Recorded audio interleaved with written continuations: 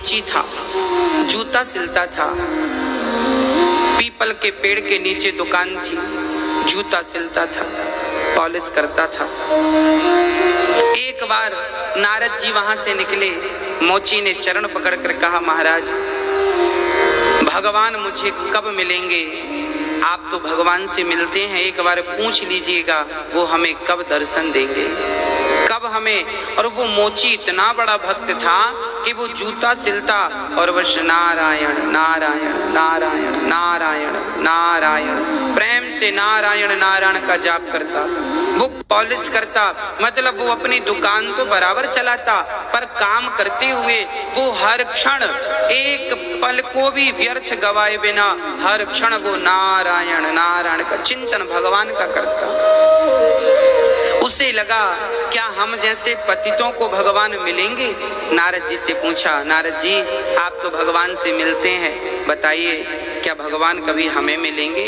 नारद जी बोले मैं अभी आता हूँ। नारद जी भगवान से पूछते हैं, हे प्रभु वो मोची वहां बैठा है, बताओ कि आप उसे दर्शन कब दोगे? भगवान बोले, नारद जी जाकर उस मोची से कह देना कि जितने पीपल में पत्ते हैं, पीपल के पेड़ के नीचे वो बैठा है, उस पीपल के पेड़ में जितने पत्ते हैं उतने जन्मों के बाद मैं उसे दर्शन दूंगा। पीपल के पेड़ में कितने पत्ते हैं? हजारों लाखों पत्ते। लाखों जन्म के बाद नारद जी आए, मोची चरणों में गिर पड़ा, महाराज क्या कहा मेरे भगवान ने, कब मुझे दर्शन देंगे? तब कहा नारद जी ने, मोची ये पीपल का पेड़ देख रहे हो ना? हाँ हाँ। बोले इस पीपल के पेड़ में जितने पत्ते हैं उतने जन्मों के बाद तुम्हें भगवान का दर्शन होगा। ये सुनते ही मोची तो नाचने लगा, वाह प्रभु वाह। नारद जी बोले क्यों नाचता है, क्यों नाचता है? तब मोची ने कहा कि इतने जन्मों के बाद ही सही, कम से कम उन्हें याद तो है कि किसी भगत को जाकर दर्शन देना है, उन्हें याद है, यही मेरे लिए पर्याप्त है।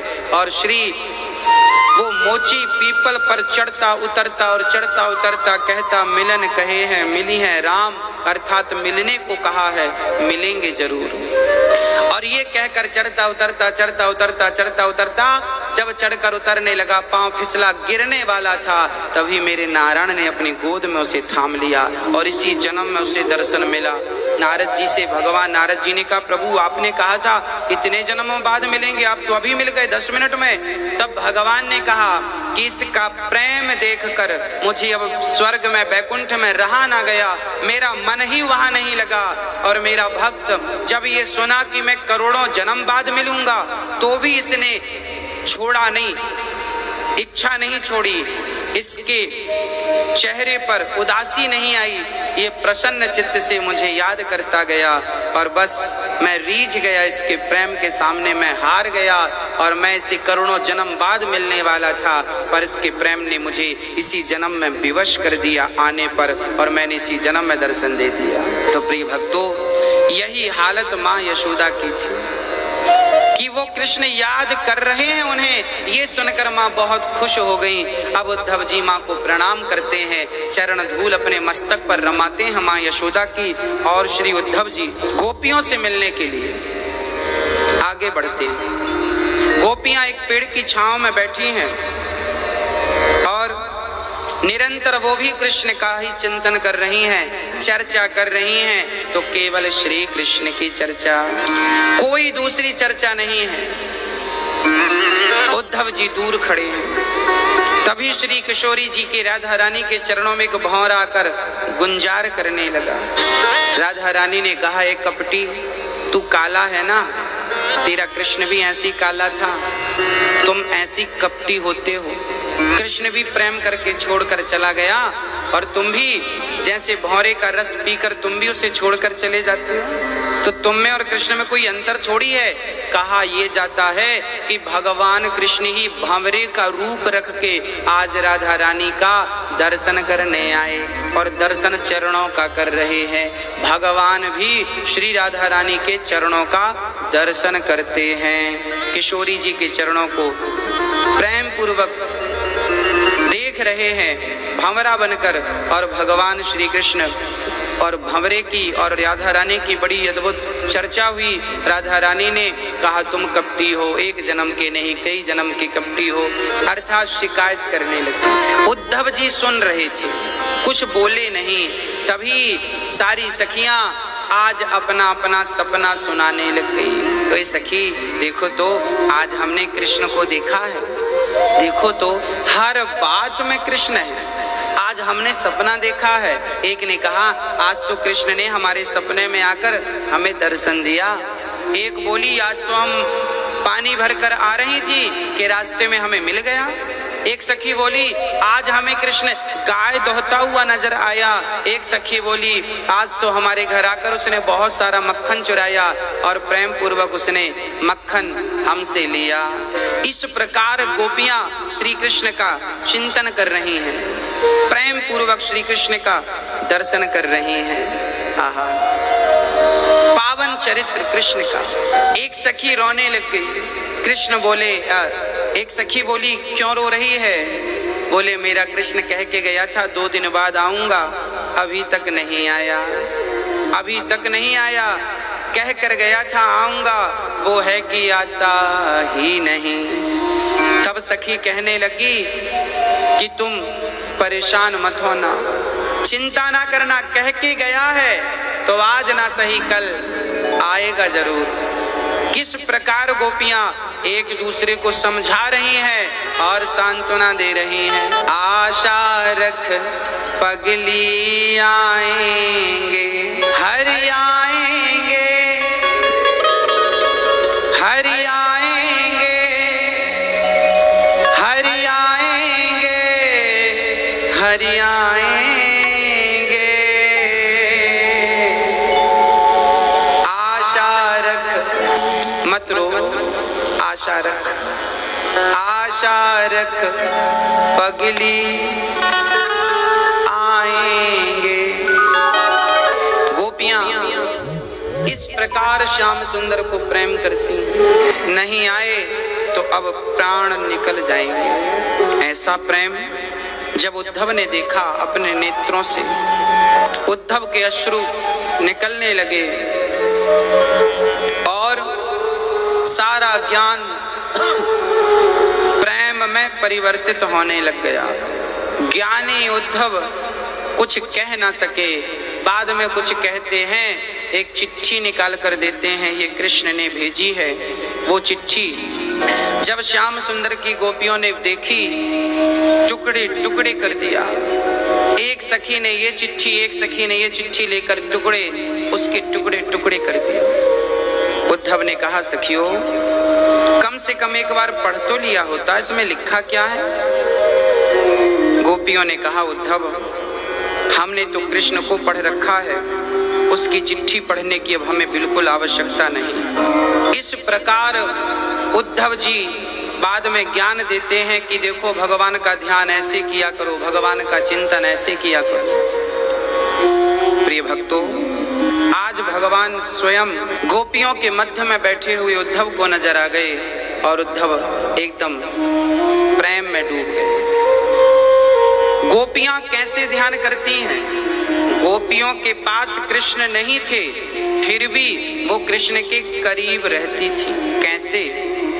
बोले वो प्रेम से ध्यान करती थी, चिंतन करती थी। आप भी कुछ मत कीजिए, केवल भगवान का चिंतन कर लीजिए। कैसे करना है? एक जगह पर बैठ जाइए। अब मैं आपको मानसिक पूजा कैसे की जाती है वो मैं आपको समझाता हूँ। भगवान की पूजा कैसे करनी चाहिए। यदि आप मंदिर ना जा सकें तो क्या करना है, और मंदिर जाएं तो क्या करना है। आप अपने घर पे आधा घंटे के लिए, 20 मिनट के लिए, 1 घंटे के लिए एक मंदिर होगा आपके घर पे छोटा सा, वहां बैठ जाएं या कहीं भी कोने पर किनारे पर बैठ जाएं और प्रेम से बैठकर आंख बंद करके ये भाव बनाएं कि हम श्री धाम वृंदावन में हैं, हम वृंदावन में हैं और बिहारी जी का पावन दर्शन कर रहे हैं अपने आंखों से। भाव बनाइए आप हैं अपने ही घर में शरीर से, पर आप अपने मन से वृंदावन रहो और यहाँ यमुना भाव बनाओ कि यमुना स्नान कर रहे हैं, भाव बनाओ कि बिहारी जी का पावन हम दर्शन कर रहे हैं। उनकी आंखें बड़ी बड़ी हैं, उनके मस्तक पर सुंदर सा मोर पंख लगा है मुकुट पर, और सुंदर से घुंघराले घुंघराले बाल हैं, सुंदर से कपूल गाल हैं। भगवान के गले पे सुंदर सी वैजंती की माला पड़ी है और भगवान का एक पाँव दूसरे पाँव पर टेढ़ा सा है, कमर पर सुंदर सी करधन पतली सी कमर पर बंधी है, भगवान के चरणों में सुंदर सी पायल बंधी है। अब आप भाव बनाइए कि बिहारी जी हमें टुकुर टुकुर देख रहे हैं और हम बिहारी जी को टुकुर टुकुर देख रहे हैं। भाव बनाएं कि आप भगवान के लिए बढ़िया से लड्डू बना रहे हैं और प्रेम पूर्वक बढ़िया देसी घी के बढ़िया मोतीचूर के लड्डू अपने हाथों से आपने ठाकुर जी को पवा दिया। आपके हाथों से भाव बनाइए कि आपके हाथ से आप लड्डू श्री बिहारी जी को पवा रहे हैं, भोग लगा रहे हैं। फिर बढ़िया सा दूध कढ़ाई में डालकर मिश्री डालकर औंट करके बढ़िया गाढ़ा करके और बढ़िया गाढ़ा गाढ़ा दूध तुलसी पत्र डालकर श्याम सुंदर को बिहारी जी को पिला रहे हैं। और प्रेम पूर्वक तब तक श्री राधा रानी जी आई और राधा रानी श्याम सुंदर के बाजू में खड़ी हो गई और श्याम सुंदर प्रेम पूर्वक श्री राधा रानी को देख रहे हैं। तभी भाव बनाइए कि आपने एक सोने का सिंहासन बनाया और सोने के सिंहासन पर राधा को कृष्ण के साथ आप दोनों को बिठाते हैं और दोनों के चरणों को आप धुलने लगे, बढ़िया सी थाली पर चरण डाल रहे हैं। भाव बनाइए कि आप राधा रानी के चरण धुल रहे हैं, श्याम सुंदर के चरण को पखार रहे हैं और चरण धुलने के बाद उस चरणामृत को आप पी रहे हैं, पान कर रहे हैं, ऐसा भाव बनाए। फिर राधा रानी के चरण उठाएं, श्याम सुंदर के चरण उठाएं और अपने मस्तक पर दोनों के चरण आप रख लें, ऐसा भाव बनाएं कि आप अपने मस्तक पर किशोरी जी और श्याम सुंदर के प्रेम पूर्वक चरणों को रखें। उसके बाद बढ़िया से भाव बनाएं कि आरती उतार रहे हैं आप। भाव बनाएं कि आप श्याम सुंदर की प्रेम से आरती उतार रहे हैं और किशोरी जी राधा संग बैठे हैं और वो प्रेम से गदगद होकर आपकी आरती स्वीकार कर रहे हैं। अब भाव बनाएं, आप अब हाथ जोड़ें भाव से और हाथ जोड़कर राधा रानी से कहें, श्याम सुंदर से कहें कि हे प्रभु, हे श्याम सुंदर, हे राधा रानी, मैं पतित हूँ, हे किशोरी जी मुझे पावन कर दो। हे श्याम सुंदर, मैं कामी हूँ, मैं क्रोधी हूँ, मैं लोभी हूँ, मैं अहंकारी हूँ, लाख बुराइयां मुझ में हैं। हे श्याम सुंदर, मैं आपके योग्य कहाँ हूँ। हे नंद नंदन, हे मनमोहन, हे श्याम सुंदर, आप हमें स्वीकार कर लीजिए, हमें स्वीकार कर लीजिए। हे दीनानाथ, हम आपकी शरण में हैं, हमें स्वीकार कर लीजिए। माना कि मैं अधम हूँ, माना कि मैं अपराधी हूँ, फिर भी प्रभु आपकी शरण में आया हूँ, मुझे स्वीकार कर लो। हे दीनानाथ, इस संसार में मेरा आपके सिवा कोई नहीं है, आप ही हमारी माँ हो, आप ही हमारे पिता हो, आप ही हमारे बंधु हो, आप ही हमारे सखा हो, आप ही हमारे सर्वस्व हैं। हे दीनानाथ, हे गोविंद, मैं भला और किसकी शरण में जाऊं, मैं आपकी शरण में हूँ भगवान, मुझे स्वीकार करो। मेरे अपराधों को भूलकर मुझे अपनी भक्ति, मुझे अपना प्रेम प्रदान कीजिए। हे प्रभु, मैं आपकी शरण ग्रहण करता हूँ। हे दीनानाथ, हे राधा रानी, मैं आपकी शरण ग्रहण करता हूँ। हे श्याम सुंदर, हम आपकी शरण ग्रहण करते हैं। हे नाथ, मैं आपको कभी भूलूं नहीं, बस यूं ही आपका दर्शन करता रहूं, यूं ही आपका चिंतन करता रहूं और प्रेम से आपकी सेवा में लगा रहूं। हे प्रभु, मैं आपको कभी भूलूं नहीं। ऐसी हम सबको रोज प्रार्थना करनी चाहिए, रोज भगवान से स्तुति करनी चाहिए। हे नाथ, हे नंदनंदन, हे मुरलीधर, मैं आपको कभी भूलूं नहीं। इस प्रकार अपना सिर उनके चरणों में रख दो और उनके मस्तक उनके चरणों को अपने मस्तक पर रख लो, चरण रज श्याम सुंदर की अपने मस्तक पर सजा लो। इस प्रकार हमें रोज प्रार्थना करनी चाहिए, इस प्रकार की हमें रोज शरणागति करनी चाहिए। शरणागति कैसे होगी? सबसे ऊंची भक्ति क्या है? सबसे श्रेष्ठ भक्ति क्या है? बोले शरणागति सबसे श्रेष्ठ है। जैसे शरणागति क्या है वो भी मैं आपको स्पष्ट कर दूं। जैसे एक पत्नी, विवाह जब होता है तो एक लड़की से स्त्री पत्नी बन जाती है। बेटी से अब वो किसी पिता की बेटी थी, अब वो किसी की पत्नी बन चुकी है। तो एक स्त्री, एक लड़की अब पत्नी बनती है, और जब वो पत्नी बनती है तो क्या करती है? वो अपने पति के चरणों में अपना समर्पण कर देती है। आज से पत्नी अपने पति की हो गई। शादी के पहले लड़की का नाम कुछ और था, शादी हुई तो उसका नाम बदल गया, जात बदल गई, गोत्र बदल गया, पहनावा बदल गया, रहन सहन बदल गया, बोलना चालना बदल गया। सब कुछ पुरानी आदतें छूट गईं और एक नई आदत के साथ, नए रिश्ते के साथ, समर्पण के साथ वो अपने पति के चरणों में समर्पण कर देती है।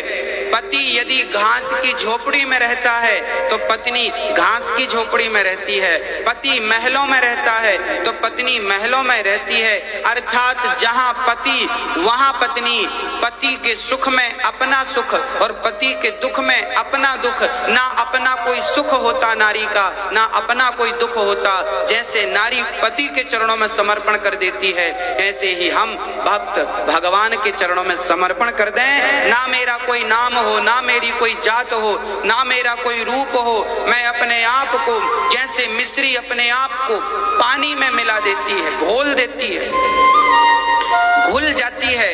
ऐसे जब जीवात्मा परमात्मा में घुल जाएगा तो बस वही तो परमात्मा की प्राप्ति है। और परमात्मा में समा जाए, उनका सुख अपना सुख, उनका दुख अपना दुख। भगवान की कथाओं में जब भगवान के विवाह का प्रसंग सुने तो झूमने लग जाए, नाचने लग जाए, प्रसन्न हो जाए। और जब राम के वनवास का प्रसंग सुने तो रोने लग जाए। अर्थात भगवान के दुख में अपना दुख और भगवान की खुशी में अपना सुख मान ले। बस यही तो भक्त है, यही तो प्रेम है, यही तो समर्पण है। तो आप सभी रोज भगवान से कहें कि हे प्रभु, मैं आपके चरणों में समर्पित हूँ और मेरा अपना कुछ नहीं है। जैसे नारी का अपना कुछ नहीं होता, उसका तो पति ही सब कुछ होता है, ऐसे भक्त का अपना कुछ नहीं, उसका तो भगवान ही सब कुछ है, दूसरा कुछ नहीं है। यही समर्पण है, इसी का नाम समर्पण है प्रिय भक्तों। तो हमें भगवान के श्री चरणों में आत्म समर्पण कर देना चाहिए। तन भी तेरा, मन भी तेरा, सब कुछ है तेरा, तेरा तुझको अर्पण, प्रभु जी का प्रभु जी को अर्पण, क्या लागे मेरा। ओम जय जगदीश हरे। तो भगवान के चरणों में अपना समर्पण कर देना ही, समर्पण कर दो भगवान के श्री चरणों में। यही प्रेम है, यही भक्ति है। गोपियां उद्धव को प्रेमी बनाकर जब भेजती हैं तो गदगद हो जाते हैं भगवान। उद्धव जी जब गए तो भगवान के हृदय में उद्धव ने पूरे ब्रजमंडल का दर्शन कर लिया। हाँ, और उद्धव का अहंकार मिट गया। प्रिय भक्तों, भगवान को क्या पसंद है? कोई आपसे प्रश्न करे तो आप क्या जवाब देंगे? हमसे कोई प्रश्न करता है तो हम क्या जवाब देते हैं, वो सुनिएगा। बोले पत्रम पुष्पम फलम तोयम यो मे भक्त्या प्रयच्छति। भगवान को चार चीजें बहुत प्रिय हैं। पत्रम पुष्पम फलम तोयम। पत्रम, भगवान को पत्ता बहुत प्रिय है। कौन सा पत्ता? ये तुलसी का पत्ता। हाँ, ये तुलसी का पत्ता। भगवान को तुलसी का पत्र ही चढ़ा दीजिए। पुष्प पत्र नहीं है पुष्प चढ़ाइए, पुष्प नहीं है फल, फल नहीं है तो जल ही। इसका एक आध्यात्म उत्तर भी है, आध्यात्मिक उत्तर है। भगवान को पत्ता चढ़ाइए। कौन सा पत्ता? बोले अपने आप को सुखाकर भगवान के प्रेम में इतना सुखाओ, भक्ति की आग में इतना तपाओ, अपने आप को पत्ता बनाकर भगवान के चरणों में समर्पण अपने आप को कर दीजिए। तुलसी का पत्ता तो चढ़ाइए, पर तुलसी का पत्ता अकेला मत चढ़ाइए। तुलसी के पत्ते के साथ भगवान से कहो, प्रभु जैसे ये पत्ता बहुत हल्का है और ये मैं आपके चरणों में चढ़ा रहा हूँ, ऐसे ही मैं अपने आप को पत्ता मानकर अर्थात तिनका तिनका तिनका मानकर मैं अपने आप को आपके चरणों में समर्पण कर रहा हूँ। अपने आप को तिनका बनाकर अपने आप को तुलसी का पत्र अपने आप को बनाकर और अपने आप को भगवान को चढ़ा दीजिए। हम लोग मंदिर जाते हैं, थाली लेकर जाते हैं, ये चढ़ाओ वो चढ़ाओ, ये वो कुछ ना चढ़ाओ। अरे अभी तक तुमने सोना चढ़ाया, चांदी चढ़ाई, हीरे चढ़ाए, मोती चढ़ाए, ना जाने क्या क्या चढ़ाए। अब की बार अपने आप को चढ़ा दो कि प्रभु आज मैं स्वयं अपने आप को समर्पण करने आया हूँ। अपने आप को कब चढ़ाओगे? ये काया कब चढ़ाओगे? ये मन कब समर्पित करोगे? तो भगवान को बहुत नारियल, बहुत मिठाई, बहुत लड्डू चढ़ा लिए, अब अपने आप को चढ़ा लीजिए। हे प्रभु आज मैं अपने आप को आपके चरणों में समर्पित करने आया हूँ। मैं आपका हो गया, अब मेरा अपना कुछ नहीं। मैंने 10 रुपए दान कर दिए तो मेरा उस 10 रुपए से ममता हट गई, अब वो 10 रुपए मेरे नहीं रहे। अब वो देने जिसको दिया है वो उसका मालिक। तो अपने आप को भगवान के चरणों में चढ़ा दो तो फिर आपके मालिक बन जाएंगे भगवान। फिर वो जो कहें, जैसा कहें वैसा करने लग जाओ। समर्पण यही है। तो भगवान को तुलसी के पत्ते जैसे अपने आप को पत्ता बनाकर चढ़ाइए। ये पत्रम पुष्पम, कौन सा पुष्प भगवान को चढ़ाएं? ये पुष्प चढ़ाते हैं तो सुबह चढ़ाएं शाम को मुरझा जाता है। कौन सा पुष्प भगवान को चढ़ाएं? बोले भगवान को पुष्प का एक नाम है सुमन। सु मतलब सुंदर, मन मतलब मन। अपने मन को ही पुष्प बनाकर भगवान के चरणों में चढ़ा दो। यह सुमन चढ़ाना है, पुष्प चढ़ाना। पत्रम पुष्पम। तीसरा है फलम। कौन सा फल चढ़ाएं भगवान को? लोग नारियल चढ़ाते हैं, लोग मिठाई का डिब्बा बिहारी जी की तरफ फेंक देते हैं, क्या ये चढ़ाएं? ना। कौन सा फल चढ़ाएं? बोले अच्छे अच्छे कर्म करो और कर्मों का फल भगवान को कह दो, प्रभु जो भी मैंने पुण्य किया वो आपके चरणों में समर्पित। मैंने परिक्रमा लगाई वृंदावन की, परिक्रमा लगाने से जो पुण्य मिला प्रभु आपके चरणों में समर्पण। मैंने दान पुण्य जो किया, भोजन प्रसादी बांटा, जो पुण्य मिला प्रभु वो पुण्य आपके चरणों में। फल तो बहुत चढ़ाए हैं, अपने कर्मों का अच्छा अच्छा फल कब चढ़ाओगे? त्वदीयं वस्तु गोविंद तुभ्यमेव समर्पित। हे बिहारी जी मैंने आज जो भी पुण्य किए हैं सारा पुण्य आज का मैं आपके चरणों में समर्पण कर रहा हूँ। ये पुण्य, ये अच्छे कर्म करिए और उन कर्मों का फल भगवान को चढ़ाइए। ये फल चढ़ाना है, ना कि नारियल फेंकते रहो। नारियल तुम भगवान को क्या चढ़ाओगे? तुम्हारे घर बनता थोड़ी है, पेड़ भी भगवान ने बनाया और फल भी भगवान ने बनाया, उसकी वस्तु उसको चढ़ाते हो, थोड़ी तो हमें लज्जा आनी ही चाहिए। हाँ पर हम एक सज्जन बोले हम 11 किलो लड्डू चढ़ाएंगे भगवान को, तो तुम नहीं चढ़ाओगे तो भगवान लड्डू खाएंगे नहीं क्या? अरे भाई ये तुच्छ सी चीजें क्या चढ़ाते हो? भगवान के सामने सोने चांदी की क्या कीमत है बताओ तो सही। लड्डू में मिठास गन्ने से आई, गन्ना से शक्कर बनी। अब वो गन्ने में मिठास किसने डाली है? गन्ने को मीठा तुमने बनाया या हमने बना दिया, या कोई वैज्ञानिक गए थे उसमें रस भरने?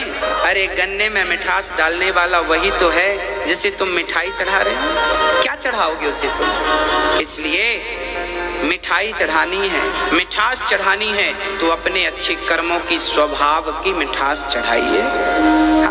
मधुर वाणी की मिठास चढ़ाइए, प्रेम की मिठास चढ़ाइए। भगवान को चढ़ाना ही है तो अपने आप को समर्पित कर्मों का फल। और आखिरी में है जल, पत्रम पुष्पम फलम तोयम। तोयम मीन्स जल। जल, ये जल कौन सा? एक लोटा जल चढ़ाओ, क्या ये जल? ना, भगवान के प्रेम में आप रोइए, भगवान से इतना प्रेम कीजिए, इतना प्रेम कीजिए भगवान से कि आंखों से आंसू निकलें और वो आंसू ही भगवान के चरणों में चढ़ जाएं। यही जल चढ़ाना है, नेत्रों का जल भगवान को चढ़ाइए। यही है प्रेम, यही है समर्पण। तो भगवान, सुंदर सी ये गोपियों की सुंदर सी चर्चा आपने सुनी। अब चलते हैं आगे। भगवान श्री कृष्ण का रुक्मणी से कल विवाह आपने सुना। दूसरा भगवान का विवाह रुक्मणी से तो हुआ, रुक्मणी जी के पुत्र हुए प्रद्युम्न। प्रद्युम्न का हरण सम्रासुर ने किया। अंत में प्रद्युम्न जी सम्रासुर को मारते हैं, रति से विवाह कर कर आते हैं। भगवान का दूसरा विवाह जामवंत की बेटी जाम्बवती से हुआ। जामवंत की बेटी जाम्बवती से, हाँ, ये वही त्रेता युग के जामवंत हैं। इन्होंने राम से कहा था कि महाराज मेरी बेटी से विवाह कर लो। भगवान बोले अभी तो एक ही पत्नी का संकल्प ले चुका हूँ, पर अगला जन्म होगा कृष्ण का, तब मैं आपकी बेटी से विवाह करूंगा। जामवंत जी बोले तब तक तो मेरी बेटी बुढ़ी हो जाएगी। तब भगवान ने कहा कि आप पर और आपकी बेटी पर काल का कोई प्रभाव नहीं पड़ेगा। जैसे आप आज हैं कल भी वैसे ही आप रहेंगे। तो वही जामवंत की बेटी से विवाह किया। भगवान एक बार, भगवान के एक सत्राजित नाम के यादव जी द्वारिका में रहते थे। उनके पास एक मणि थी, भगवान सूर्य ने दी। आसित सत्राजितः सूर्यो भक्तस्य परमः सखा प्रीतस्तस्मै मणिं प्रादात् सूर्यस्तुष्ट्या स्यमंतकम। स्यमंतक मणि सूर्य भगवान ने प्रदान की। वो मणि इतनी चमत्कारी थी कि 100 किलो सोना रोज देती थी लगभग। अब इतना सोना पाकर बड़े गदगद हो गए सत्राजित जी। एक दिन भगवान के पास चले गए कि देखो मैं भी धनवान हूँ, कम नहीं हूँ आपसे। कई बार हम अपने धन का प्रदर्शन करते हैं, लोगों से कहते फिरते हैं कि तुम्हारे पास कितना है, हमें देखो, हमारे पास तो तुमसे ज्यादा है। अरे भाई, कागज के टुकड़ों से कोई धनवान नहीं होता। जिसके पास राम नाम की पूंजी है उसी को आप धनवान मानो, उसी को आप धनवान जानो। प्रिय भक्तों, सत्राजित जी महाराज से भगवान ने मणि मांगी। सत्राजित ने देने से इनकार, ना हाँ करी ना करी, चलते बने वहां से। एक बार सत्राजित के भाई प्रसेन मणि पहनकर जंगल गए और उनके भाई को शेर ने मार डाला। शेर को जामवंत ने, और वही मणि जामवंत जी अपनी कुटिया पर ले गए। अब भगवान को सत्राजित ने कलंकित कर दिया। देखो, कृष्ण ने मणि हमसे मांगी थी, हमने नहीं दी, लगता है हमारे भाई को मारकर मणि चुरा ली। कृष्ण भगवान को चोरी का आरोप लगा दिया। सत्राजित ने कलंक लगा दिया। कहते हैं भगवान को कलंक क्यों लगा? क्योंकि भगवान ने एक बार गणेश चतुर्थी का दर्शन कर लिया था। जो गणेश चतुर्थी को देखता है, गणेश चतुर्थी की चंद्रमा को देखता है, उसे कलंक लगता है। कौन सा चंद्रमा? गोस्वामी जी लिख रहे हैं, जो आपन चाहे कल्याणा सुजसु सुमति शुभ गति सुख नाना। सो पर नारी लीलार गोसाई तजाऊं चौथ के चंद्र किनारा। अपना कल्याण चाहती है वो पराये पुरुष को ना देखे, और जो पुरुष अपना कल्याण चाहता है पराई नारी को ना देखे।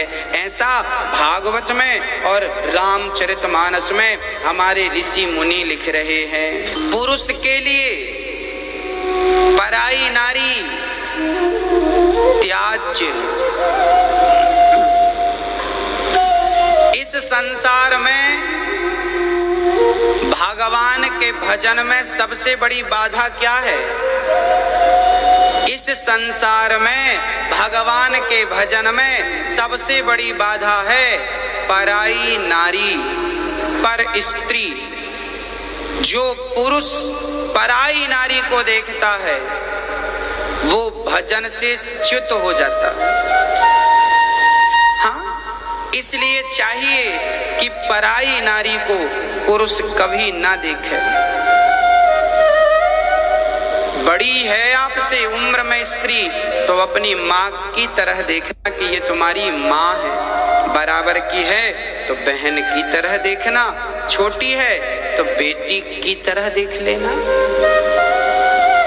कभी भी पराई नारी पर कुदृष्टि मत डालना, नहीं तो नाश हो जाएगा। रावण ने पराई नारी को स्पर्श किया, अपनी नगरी में उसकी मर्जी के बिना लाया तो क्या परिणाम हुआ? 1,00,000 पूत 1,25,00,000 नाती, जिसके घर पर दिया ना बाती। पराई नारी को यदि आप देखते हैं कुदृष्टि से तो आपका कितना भी बड़ा साम्राज्य क्यों ना हो नाश हो जाता है। कितनों का नाश हो गया पराई नारी को देखने से। तब भी हुआ था त्रेता युग में रावण का, और द्वापर में भी हुआ था। पराई नारी को निर्वस्त्र करना चाहा था कौरवों ने, द्रौपदी के सारे कपड़े उतारने चाहे थे, भरी सभा में निर्वस्त्र करना। पराई नारी को जब आप गंदी निगाहों से देखते हैं तो जैसे रावण का साम्राज्य त्रेता युग में नष्ट हो गया, उसी प्रकार द्वापर में दुर्योधन का साम्राज्य नष्ट हो गया। क्यों? पराई नारी को देखा। और इस कलयुग में भी कितनों को आपने देखा होगा कि पराई नारी पर दृष्टि डालने से उनका नाश हो गया, सब कुछ समाप्त हो गया। इसलिए आपसे प्रार्थना है, अपने चरित्र का निर्माण कीजिए, अपने आप पर कंट्रोल रखिए। और ये शिक्षा माँ बाप अपने बच्चों को दें, अपनी बेटियों को दें, अपने बेटों को दें। और पुरुषों को ये शिक्षा लेनी चाहिए कि आप मर्यादित रहें, अपने चरित्र को ना बिगाड़ें। चरित्र बिगड़ गया तो फिर सुधर नहीं सकता। संसार में हर चीज शायद पैसों से खरीदी जाती हो, पर पैसों से चरित्र तो नहीं खरीदा जा सकता। इसलिए आप सभी अपने चरित्र का निर्माण करें और चरित्र की रक्षा करें, स्वयं रक्षा करें। पराई नारी जहर के समान है, विष है विष। जहर खाने वाला शायद बच जाए, पर पराई नारी को देखने वाला बच नहीं सकता। इसलिए पुरुषों को बहुत सावधान रहना चाहिए। नारियों से सावधान, पराई स्त्री से, और स्त्रियों को भी पराये पुरुष से सावधान। स्त्रियों पर, पुरुषों पर नारियां पराये पुरुष पर कुदृष्टि ना डालें, नहीं तो आपका 7 जन्म तक घर बसेगा नहीं। ईश्वर के घर देर हो सकती है, अंधेर नहीं हो सकती। आजकल पढ़े लिखे बच्चे, कॉलेज पढ़ने वाले स्टूडेंट, विद्यार्थी आजकल ये लव कर लेते हैं, प्रेम कर लेते हैं, और प्रेम के कारण इनका चरित्र बिगड़ जाता है। आजकल तो हम जब जवान भाई बहनों से कहते हैं कि आप लोग जरा चरित्र का ख्याल रखा करो, तो उन लोग क्या दलीलें देते हैं? महाराज जी ये तो पुरानी बातें हैं। आजकल तो सब अधिकांश पढ़ने वाले बच्चे, कॉलेज के बच्चे, अधिकांश बच्चे रिलेशनशिप रखते ही रखते हैं। ये आज का कल्चर बन चुका है, फैशन बन चुका है। आप बचिए, बचाइए, नहीं तो मूल नष्ट हो जाएगा, मूल नष्ट हो जाएगा। चरित्र के बिगड़ते ही सब बिगड़, फिर बचा क्या? चरित्र ही नहीं बचा तो फिर क्या बचा? फिर सब कुछ है तो किसी काम का नहीं। इसलिए राम चरित्र सुनवे को रसिया, राम लखन सीता मन बसिया। चरित्रवान बनिए। आजकल माँ बाप अपनी बेटियों को, अपने बेटों को दूसरे शहर में भेज देते हैं। अकेले वहां हॉस्टल में बेटी है, कमरे से बेटी है, किराए से। माँ बाप को लग रहा है बेटी पढ़ रही है। बहुत सारी बेटियां तो अच्छी होती हैं जो सिर्फ पढ़ती हैं, पर बहुत सारी बेटियां ऐसी होती हैं जो पढ़ाई करने तो जाती हैं पर वहां से वो चरित्र बिगाड़ कर आ जाती हैं। इस सच्चाई को आप माने ना माने, पर 80% है ये सच्चाई। 20% ही बेटियां ऐसी हैं जो दूसरे शहर जाती हैं या विदेश जाती हैं तो वहां से पवित्र वापस आती हैं, परंतु 80% तबाह बर्बाद होकर आती हैं। चरित्र बिगड़ जाता है। वो अपनी जवानी, अपने शरीर को कंट्रोल नहीं कर पाती और चरित्र से गिर जाती हैं। चाहे बेटी हो चाहे बेटे हो, 80%, 20% तो सब अच्छे हैं, पर 80%। इसलिए मैं माँ बाप से कहता हूँ बेटियों को, बेटों को खूब पढ़ाइए, पर पढ़ाने के पहले उन्हें चरित्र निर्माण की शिक्षा दे दीजिए। बेटा ये चरित्र क्या है, उन्हें समझाइए तो सही कि बेटा ये चरित्र चीज क्या है, ये चरित्र रहेगा तो क्या होगा और नहीं रहेगा तो क्या होगा। हाँ, हमारे देश में राम को क्यों पूजा जाता है? क्योंकि वो चरित्रवान थे। और रावण के पुतले क्यों जलाए जाते हैं? क्योंकि वो चरित्र से हीन था। आज गली गली उसके पुतले जलाए जाते हैं। अरे अरे अरे भाई, जब विजयदशमी आती है ना तो राम को भी लोग याद करते हैं, रावण को भी लोग याद करते हैं। हर कितना है कि राम को याद करके लोग उनके मंदिर बनाते हैं और रावण को याद करके उसके पुतले जलाते हैं। क्यों? क्योंकि राम चरित्रवान थे और रावण चरित्रहीन था। इसलिए ही ना, रावण जैसा धनवान राजा, रावण जैसा विद्वान भला इस सृष्टि में कौन होगा? रावण ने दिक्पालों को जीत लिया, रावण ने स्वर्ग को जीत लिया, रावण ने दुनिया को जीत लिया, पर रावण अपने मन को नहीं जीत पाया, जिसके कारण आज तक उसके पुतले जल रहे हैं। अपनी काम वासना को ना जीत पाया रावण, इसलिए आज तक उसके पुतले जलते हैं। और आप कहते हैं कि चरित्र क्या है? हाँ, शायद अभी आप बच्चे हैं इसलिए पता नहीं है कि चरित्र क्या है। मेरी तो माँ बाप से हाथ जोड़ के विनती है कि अपने बच्चों के चरित्र निर्माण में आप सहयोग करें, उन्हें शिक्षा दें। बेटा ये चरित्र क्या है, क्या जरूरत है इसकी? हाँ, आज पढ़ने वाले बच्चे जाते हैं, शादी कर लेते हैं, लव मैरिज, कोर्ट मैरिज। एक माँ मेरे पास आई दौड़ी दौड़ी, महाराज जी मेरी बेटी ने अपनी शादी में मुझे बुलाया ही नहीं। माँ रोने लग गई। मैंने कहा माँ ये क्या कह रही हो, आपकी बेटी ने शादी कर ली, आपको नहीं बुलाया? हाँ महाराज जी ये कलयुग है, यहाँ बेटी ने शादी कर ली और अपनी शादी में अपने माँ बाप को इनवाइट नहीं किया, क्योंकि उस लड़की को किसी से प्रेम हो गया, कोर्ट मैरिज कर लिया। जब कोर्ट मैरिज कर लिया तो माँ बाप को किसी और से पता लगा कि शादी हो गई। बताओ तो सही, आपका फ्रेंड, आपकी सहेली यदि अपने जन्मदिन में आपको ना बुलाए ना तो आपको बुरा लग जाता है। आपका फ्रेंड, आपकी सहेली अपने शादी में ना बुलाए तो आपको बुरा लग जाता है।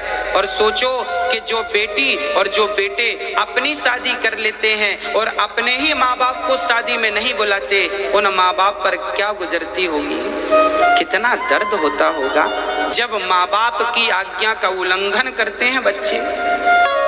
कई बार बच्चे कहते हैं अपनी माँ से, तुमने क्या किया मेरे लिए? राम राम राम। इसलिए कहता हूँ माँ का दिल ना दुखाना, माँ का दिल दुखाओगे, माँ का दिल तोड़कर शादी कर लोगे। आपने तो प्रेम विवाह करके अपना घर तो बसा लिया, लव मैरिज कर ली, अपना घर तो बसा लिया, पर माँ बाप का बसा बसाया घर तोड़ डाला इन बेटियों ने और इन बच्चों ने, इन बेटों ने। क्या इसलिए आपको पैदा किया था आपकी माँ ने कि माँ का दिल इस प्रकार से आप तोड़ दो? क्या यही आपके संस्कार थे? प्रिय भक्तों, कोई ऐसी हरकत ना करना मेरे बच्चे कि आपके माँ बाप को शर्मिंदगी महसूस हो, सिर झुकाकर जीना पड़े। जिस गली से आपकी माँ गुजरती है, लोग कहते हैं फलाने की बेटी, इसकी बेटी भाग गई।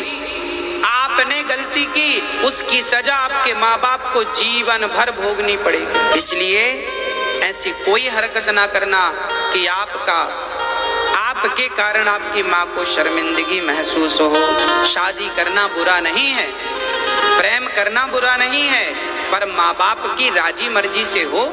यदि आपको कोई लड़का पसंद है तो अच्छी बात है, अपनी माँ से कहो, अपने पिता से कहो। पिता कहें कि हाँ ठीक है, तुमने जिसे पसंद किया है वो बढ़िया है, तो फिर माँ बाप की मर्जी से शादी हो जाए। और यदि माँ बाप कहें कि बेटी ये पसंद तेरी है, पर हम सभी को लग रहा है कि इसका बैकग्राउंड अच्छा नहीं है, क्योंकि माँ बाप आप तो प्रेजेंट को देखते हैं, जबकि माँ बाप की जो दृष्टि है वो दूर दृष्टि है, वो फ्यूचर कल को देखकर समझते हैं हर चीज। आप कितने भी पढ़ लिख जाएं, पर माँ बाप जैसी दूरदृष्टि आपकी नहीं हो सकती। कहते हैं कंबल जितना गीला होता है उतना ही उसका वजन बढ़ता है। ऐसे जिंदगी जितने अनुभव से गुजरती जाती है ना, आपकी एज, आपकी उम्र जितनी होती जाती है, आपकी समझदारी उतनी समय पर बढ़ती है। जल्दी 20 साल की लड़की और 20 साल का लड़का इतना समझदार नहीं होता कि वो अपनी गृहस्थी कैसे चलाना है ये समझ सके। हाँ, थोड़ी आपकी उम्र होगी जब आप, हाँ कहते हैं ना, सीधे रास्ते में गाड़ी चलाना तो सरल है, पर टेढ़े मेढ़े रास्ते पे गाड़ी चलाना थोड़ा सा कठिन है ट्रैफिक में। तो ये जो माँ बाप है ना आपके, ये ट्रैफिक से निकल चुके हैं, इसलिए उन्हें अनुभव है कि हमारी बेटी कहाँ सुखी रहेगी और कहाँ सुखी नहीं। आगे तो फिर विधाता की मर्जी है, पर हर माँ बाप तो यही चाहते हैं ना कि मेरी बेटी खुश रहे।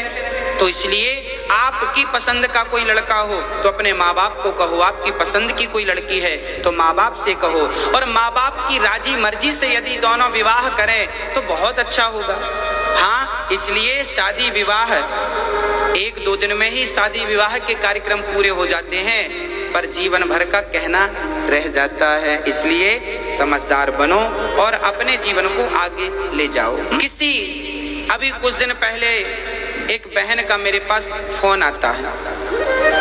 उस बहन ने रोते हुए कहा, गुरुजी मेरे पति का किसी स्त्री से चक्कर है, मेरे पति का किसी स्त्री से चक्कर है। और वो, मैंने कहा कि आप उस स्त्री से मिलो, कि क्यों तू मेरे पति को क्यों परेशान कर रही है, मुझे क्यों मेरे पति से छीन रही है मुझसे। उस लड़की ने कहा, गुरुजी मैं उस स्त्री से मिलने गई, उस लड़की से मिलने गई कि तू मेरा घर क्यों बर्बाद कर रही है, मेरा बसा बसाया घर है, मेरा एक बच्चा है, तू मेरे पति को अपने प्रेम के जाल में फंसाई है।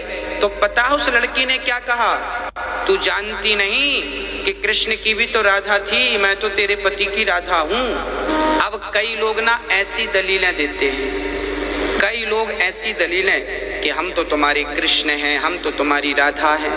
अरे राम राम राम, तुम इस गंदे रिश्ते के लिए भगवान को ले रहे हो। कहाँ राधा और कृष्ण का प्रेम निश्चल और कहाँ तुम्हारी गंदी वासना। नरक जाओगे यदि भगवान की इस प्रकार से दलील उल्टी सीधी दी तो। भगवान कृष्ण और राधा ये केवल प्रेमी नहीं, पति पत्नी भी है। आपको स्मरण करा दूं, राधा का श्री कृष्ण से विवाह हुआ है, गर्गाचार्य जी ने कराया है, अब ब्रह्मा जी ने कराया है, गर्गाचार्य जी ने गर्ग संहिता में लिखा है, भांडीव वन में हुआ है, आज भी इसके प्रमाण हैं।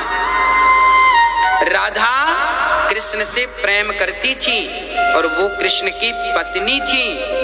हाँ, किसी पुरुष से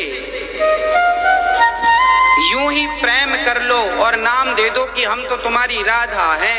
कृष्ण की भी तो राधा थी। घोर नरक जाओगी और करोड़ों साल तक नाली का कीड़ा बनोगी, यही तुम्हारे पाप का प्रायश्चित होगा।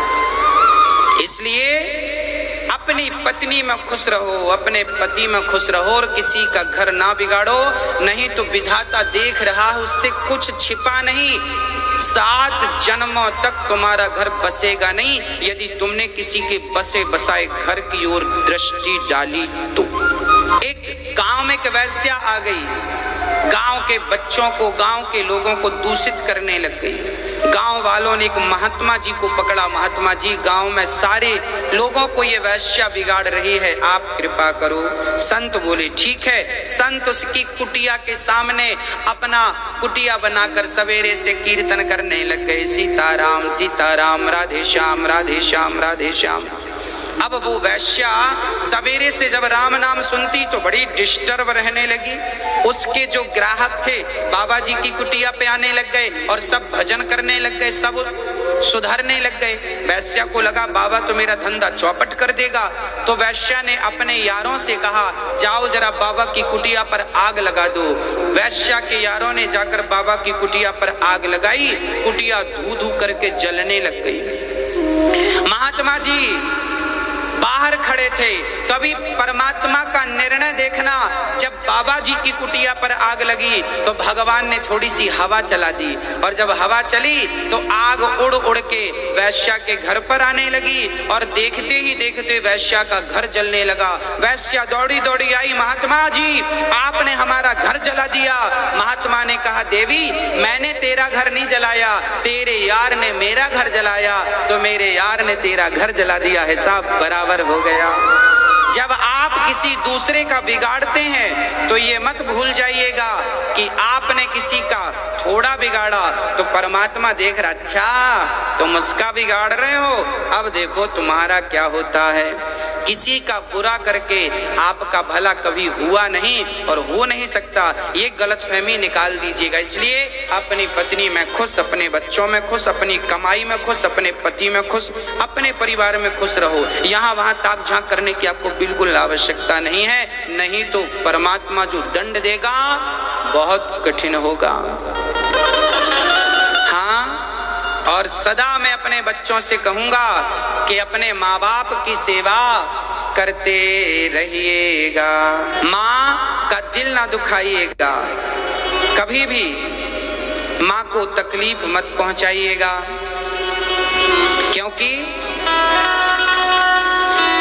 माँ पाल पोस कर बच्चों को बड़ा करती है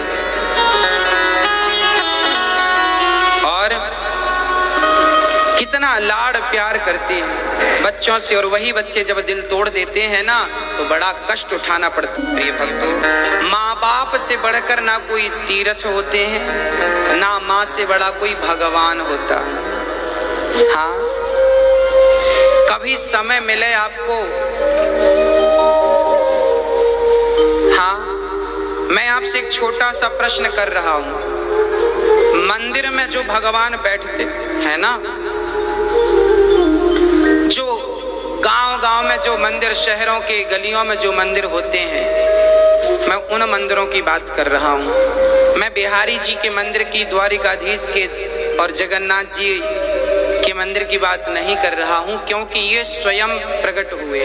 अधिकांश मंदिरों में जो मूर्तियां होती हैं उन्हें किसी इंसान के द्वारा बनाया जाता है, अर्थात भगवान को किसी इंसान ने बनाया है।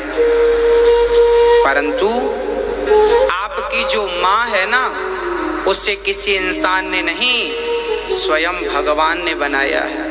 पर विडंबना तो देखो कि इंसान की बनाई मूर्तियों को हम माथा टेकते हैं, इंसान की बनाई मूर्तियों की जय जयकार करते हैं, लड्डू पेड़े खिलाते हैं, और जिसे भगवान ने बनाया है, जिस माँ बाप को, हम उसकी अवहेलना, उसका अनादर करते हैं। कितनी विडंबना है प्रिय भक्तों।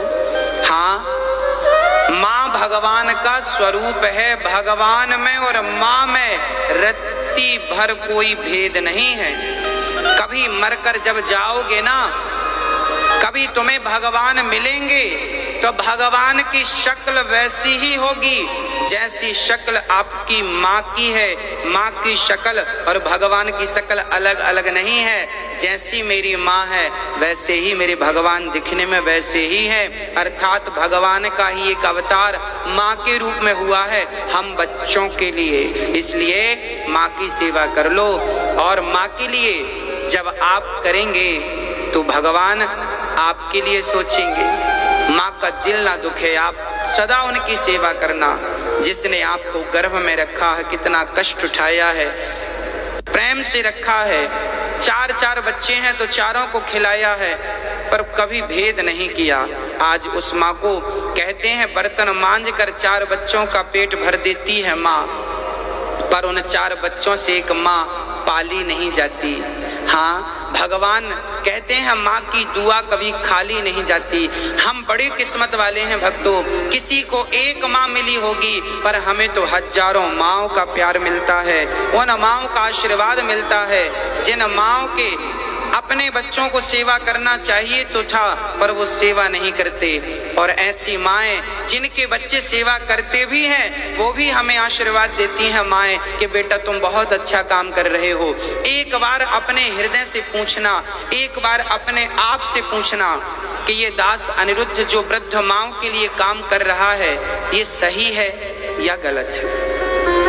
क्या इन माँओं की सेवा क्या हम सभी का कर्तव्य नहीं है? क्या इन माँओं की सेवा हम सभी को नहीं करनी चाहिए? करनी चाहिए भक्तों। वो कैसे संभव है? कल हम गुरुजी के पास बैठे थे तो गुरुजी ने कहा कि बेटा इस संसार में सबसे बड़ा दान है अन्नदान, इससे बड़ा दान नहीं है। कहते हैं आपने यदि किसी को पेट भर के खिला दिया तो आपके द्वारा दिया हुआ अन्न उसके पेट में जब तक रहेगा, और वो उतनी टाइम जब तक आपका अन्न सामने वाले के पेट में है, और वो उस टाइम यदि भजन कर रहा है, राम नाम जप रहा है, तो उसके द्वारा भजन किया हुआ उसका आधा फल आपको प्राप्त होगा, क्योंकि आपका अन्न उसके पेट में है। आज पूज्य श्री अनिरुद्धाचार्य जी महाराज ने हम सभी लोगों को बहुत ही उत्तम एवं शिक्षाप्रद कथा सुनाई है। आशा करता हूं कि इस शिक्षाप्रद कथा से हम सभी लोग कुछ न कुछ शिक्षा अवश्य ग्रहण करेंगे और अपने जीवन को सुखी और सात्विक बनाने का प्रयास करेंगे। मित्रों, अगर आपको यह शिक्षाप्रद कथा पसंद आई हो तो वीडियो को लाइक करें और अधिक से अधिक लोगों को शेयर भी करें, जिससे और भी लोग महाराज जी की इस शिक्षाप्रद कथा से शिक्षा लेकर अपने जीवन को सुखी बना सकें। मित्रों, अगर आपने अभी तक हमारे चैनल को सब्सक्राइब नहीं किया है तो हमारे चैनल को तुरंत सब्सक्राइब भी कर लें, जिससे आपको नोटिफिकेशन के माध्यम से महाराज जी के शिक्षाप्रद कथा तुरंत प्राप्त हो सकें। मित्रों, तो कल फिर किसी शिक्षाप्रद कथा के साथ आप लोगों के समक्ष प्रस्तुत होंगे। तब तक के लिए जय श्री राधे।